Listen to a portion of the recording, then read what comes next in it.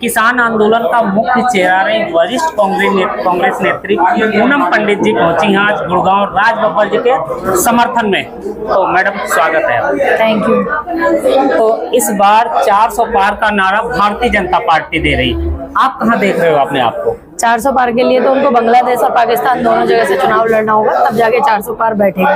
क्योंकि अभी भी अगर हम बात करें, उन्होंने जो सरकार अभी बनाई हुई थी, जो सत्ता में सरकार उनकी चल रही थी, तो जोड़ तोड़ करके बनाई हुई थी। पूर्ण बहुमत से भारत में उनकी सरकार नहीं थी। इस चीज का वहम वो लोगों के मन में जो पैदा किया जा रहा है, भ्रम जो पैदा किया जा रहा है कि 400 पार भारत में बस भाजपा हो रहा है, ऐसा नहीं है। ये जो भ्रम आपका पैदा करने की कोशिश की जा रही है, आप उसको हटाइए। और आप एक जिम्मेदार पत्रकार हैं, अगर आप ही उनकी भाषा बोलने लग जाएंगे तो फिर जनता किससे इत्तेफाक रखेगी? मैं उनकी भाषा नहीं बोल रहा हूँ, मैं कांग्रेसियों को उनको बता रहा हूँ कि वो 400 पार जा रहे हैं। मैंने आपको बता दिया ना कि 400 पार उन्हें जाने के लिए पाकिस्तान और बांग्लादेश जाना होगा। हम अपने भारत में ही रहेंगे, हम अपने भारत में रह करके इंडिया गठबंधन की सरकार बनाएंगे अच्छी बहुमत से। भ्रष्टाचार दूर करने के नाम से भारतीय जनता पार्टी आई थी, तो आपको लगता है कि भ्रष्टाचार कम हुआ है? देखिए, जितने राम मंदिर के घोटाले हुए, 5 करोड़ की जमीन को 18 मिनट बाद 18,000 करोड़ 1800 करोड़ की बेचने का जो काम किया, वो भी भाजपा में हुआ। जितने बड़े बड़े उद्योगपति हैं, भारत का पैसा लेकर के विदेश भाग गए, भ्रष्टाचारी सारे के सारे, चाहे नीरव मोदी हो, चाहे माल्या हो, चाहे कितने सारे ये लोग थे, सारे के सारे जो भागे, तो वो भाजपा सरकार में भगोड़े भाग गए, तो वो भी भाजपा की सरकार में ही भागे हैं। तो भ्रष्टाचार भागे कि भ्रष्टाचारी भागे, आप ये देखिए। और जितने बाकी रहे सहे बचे कुचे चंगू मंगू हैं, वो अभी भाजपा में कुछ पदों पे बैठे हुए हैं, जो पद का डर दिखा करके जनता को परेशान करते हैं, लोगों को दुखी करे हैं। इनके दुखी करने से समाधान नहीं होगा। समस्या का समाधान समस्या को खत्म करने से होगा, और ये समस्या को खत्म नहीं करना चाहते, ये जिनको समस्या दे रहे हैं उन्हीं को खत्म करना चाहते हैं।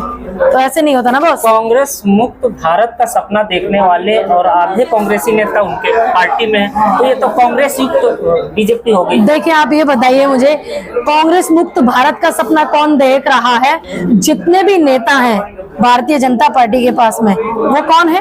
वो हमारे सभी कांग्रेसी हैं। गए तो कांग्रेस में, कांग्रेस से गए ना, अब भाजपा कांग्रेस हो गई है। तो वो इस तरीके का सपना ना देखें, क्योंकि ये सपना उनका सदियों तक पूरा नहीं होने वाला। भारत है, भारत की पहचान कांग्रेस है, कांग्रेस की पहचान भारत से है।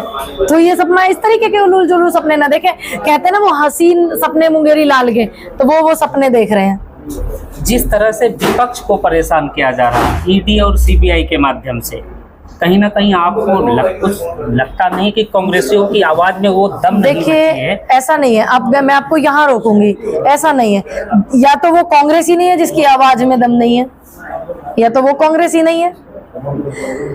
और रही बात विपक्ष को परेशान करने वाली, चुने हुए मुख्यमंत्री भारत की राजधानी के, उनको जेल में भेजने का काम किया, हेमंत सोरेन को जेल में भेजने का काम किया, चुने हुए मुख्यमंत्री। तो इसको तानाशाह कहते हैं। इसको आप कह सकते हैं अघोषित आपातकाल। जब इमरजेंसी पहले लगा था तब घोषणा करके लगाई गई थी, तो कम से कम वो लोग सच का सामना करते हैं। राहुल गांधी ने बड़े मंच पे स्वीकारा इस बात को कि इमरजेंसी जो निर्णय था वो गलत था, गलती हमसे भी हुई है, हम उसके लिए माफी मांगते हैं। तो ये वो लोग हैं जो गलत अगर कुछ हो जाता तो माफी मांगने से भी नहीं चूकते। ये कौन है? ये अहंकारी लोग हैं।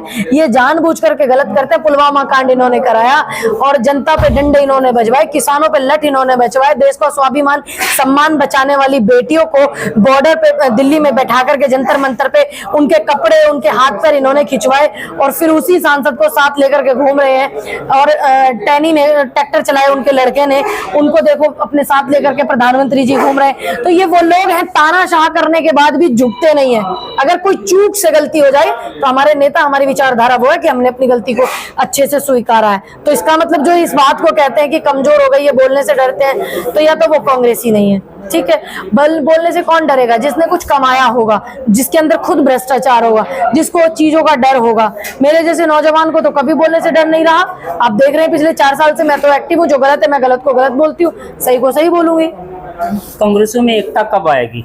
किसने कहा आपसे एकता नहीं है? अगर एकता नहीं होती तो 70 साल से भारत पर कांग्रेस का इतना अच्छा मजबूत शासक रहा, देश में जब सुई भी नहीं बनती थी, कुछ भी नहीं बनता था, तब से लेकर आज तक भारत को सींचा है कांग्रेस ने। तो आप कैसे कह सकते हैं एकता नहीं? अगर एकता नहीं होती तो जब पूर्ण बहुमत की सरकार थी कांग्रेस की और भारतीय जनता पार्टी की 2 सीटें होती थी सिर्फ, और जब एक सम्मेलन कराया गया था विदेश में, तो हमारे घर के, हमारे परिवार, कांग्रेस परिवार के किसी सदस्य को नहीं भेजा था।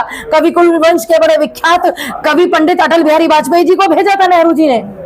अगर कांग्रेस जुड़ी हुई नहीं होती, कांग्रेस तो खुद जुड़ी हुई रहती है, दूसरों को जोड़ करके चलती है। आज इनकी तरह नहीं व्यवहार करती ना, तब इनकी 2 सीटें थी भारत में। वर्तमान तब की बात आपको बता रही हूं। समय की बात करें, अगर कांग्रेस एकजुट होती तो रिजल्ट आते। किसने कहा एकजुट नहीं है? कैसे रिजल्ट नहीं है? हिमाचल में हमने नई नई सरकार बनाई है, कर्नाटक में हमने नई नई सरकार बनाई है, तेलंगाना में हमने नई नई सरकार बनाई है। तो आप कैसे कह सकते हैं कि एकजुट रिजल्ट नहीं है? अगर आप 5 राज्यों के वोट उठा करके देखेंगे, 4 करोड़ 81 लाख वोट भाजपा को मिला, 4 करोड़ 91 लाख वोट कांग्रेस को मिला, तो वोट परसेंटेज किसका ज्यादा हुआ? तो प्रसिद्धि किसकी ज्यादा हुई? आप बताइए मुझे। तो ये भ्रम जो आप फैला रहे हैं कि हमने 5 स्टेट के चुनाव जीते हैं, 4 स्टेट के चुनाव हमने जीते हैं, तो वो भ्रम से आप निकलिए, वोट परसेंटेज से भी बाहर आप निकलिए। आप जोड़ तोड़ करके सरकार बना सकते हैं, लेकिन वोट परसेंटेज तो हमारा ज्यादा है ना आपसे। 2024 में क्या राहुल गांधी प्रधानमंत्री बनने जा रहे हैं? बिल्कुल बनेंगे, क्यों नहीं बनेंगे। इस देश में ऐसे व्यक्ति प्रधानमंत्री दिए हैं, गांधी परिवार ने ऐसे ऐसे लोग दिए हैं जिनकी शहादत देश के लिए हुई है, इनकी शहादत देश के लिए हुई है। गांधी परिवार को और हम कांग्रेसियों को गर्व होता है इस बात को कहने के लिए। इंडिया गठबंधन कितनी सीटें जीत रहा है आपके मुख से? हमारे इंडिया गठबंधन इतनी सीटें जीत रहा है कि वो सरकार अपनी बना रहा है। ठीक है, जो ये नारा दे रहे हैं ना अपना 400 पार, ये 400 पार का कोई इनका नियम नहीं है जीतने का। सबसे पहले तो पूर्व प्रधानमंत्री राजीव गांधी जी के रिकॉर्ड को तोड़ने की कोशिश कर रहे हैं। जो इनके परिवार के, जो इनके बुजुर्ग थे ना, जो अंग्रेजों की पेंशन लेते थे, उनके औकात में भी बात नहीं थी, उनके भी औकात में, तो इनकी तो क्या औकात। पहले बात तो ये। दूसरा जो इनका नारा है ये 400 पार का, ये सरकार बनाने के लिए नहीं है, ये भारत के संविधान को ध्वस्त करने के लिए है। 273-74 सीटों पर भारत में सरकार बन जाती है। ये 400 पार का नारा इसीलिए क्योंकि संविधान को ध्वस्त करने के लिए, संविधान को बदलने के लिए, उसमें हेर फेर करने के लिए 400 सीटों की जरूरत है, इसलिए ये 400 पार का नारा दे रहे हैं। आप इस बात को समझिए कि दलितों के मसीहा डॉक्टर भीमराव अंबेडकर भारत को संविधान देकर के गए, तमाम देश के लोगों को, देश की बेटियों को संविधान देकर के गए, एक व्यक्ति को संविधान देकर के नहीं गए। आज उन्हीं के संविधान पर जो है ये विश्वासघात कर रहे हैं, घातक प्रहार कर रहे हैं। तो ये सब समझना होगा बाबा साहब की अगुवाई करने वाले लोगों को भी। तो राज बब्बर को जितवाने आए हैं पूनम पंडित जी बिल्कुल, और अच्छे नेता हैं, सुलझे हुए नेता हैं, यूपी के अध्यक्ष रहे हैं, मेरे लिए तो गर्व का विषय ये भी है। और यूपी से एक सीट से वो सांसद भी रहे हैं, फिरोजाबाद की सीट से, और राज्यसभा भी रहे हैं। बड़े नेता हैं और प्रसिद्ध नेता हैं। सबसे बड़ी बात है कि इस दौर में भी, अभी हमारे मेरठ के प्रत्याशी थे फिल्म इंडस्ट्रीज से, ठीक है, वो कहते हैं मैं मोदी के नाम पे वोट लूंगा, मैं भाजपा के नाम पे वोट लूंगा, मैं राम के नाम पे वोट लूंगा। मुझे गर्व है मेरे प्रत्याशी गुड़गांव से राज बब्बर किसी के नाम पर वोट नहीं ले रहे हैं, वो जनता के मुद्दों पर, गुड़गांव की जनता के मुद्दों पर वोट ले रहे हैं, गुड़गांव की जनता से अपील कर रहे हैं, सड़क पे घूम रहे हैं। योगी जी का हेलीकॉप्टर उतरना था मेरठ में, तो वो बोलते हैं कि बाहर गर्मी बहुत है, मैं अभी नहीं उतरूंगा, जब ये सीएम साहब आएंगे तब उतरूंगा। तो वो उनके नेता है, ये हमारे नेता। राज बब्बर जी पुराने लीडर है, इन्होंने जनता को जोड़ करके रखा है। उत्तर प्रदेश के अध्यक्ष रहे हैं, एक रुतबा है उनका, मेहनती व्यक्ति है। आज भी इतना 45-47 का टेम्परेचर है और आज भी रोड पे लोगों के बीच में घूम रहे हैं, आप ये देखिए। तो हम अपने नेता के लिए वोट की अपील कर रहे हैं, हम इस विषय, ये हमारे लिए गर्व का विषय है। बहुत बहुत धन्यवाद, आपने कीमती समय दिया।